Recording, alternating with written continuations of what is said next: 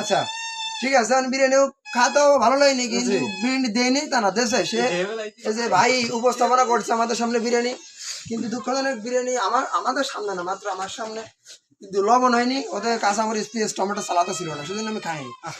কিন্তু খিচুড়িটা এত স্বাদ ছিল যে কাঁচামরিচ পেঁয়াজের প্রয়োজন ছিল না, এটা সত্য। এটা লবণও হালকা দেওয়া লাগছে, তারপরে দিয়ে মনে করেন যে আমার খিচুড়ি খাওয়া আর মেন কথা যাবো আমরা মাজার শরীফে, জৌনপুর মাজার শরীফে। চুপ। এটা বাস আমি বলি এখানে কোনো রাজনীতি বিরোধী কথা হবে না। না করবে আপনার কথা কিন্তু রাজনীতি বলতে পারছি। ও আচ্ছা ঠিক আছে, আমি রাজনীতি পারতেছি। বসো, তোমাকে কে পাঠিয়েছে? কমিটির লোক দেখবো, তুমি বসো, চুপ করো। টাকার জন্য আচ্ছা ঠিক আছে, দল বদলানো যাবে না। তারপরে হুজুর বাতিল, যেহেতু হুজুর বাতিল। আরে ওই বেশি স্ট্যান্ড হয়েছে, দেয় না কে? ওই কোনে হুজুর, আপনার কথায় রাজনীতির গন্ধ পাচ্ছি আমরা। আপনি কি বলছেন? কুরআন হাদিস কোন কি করছেন?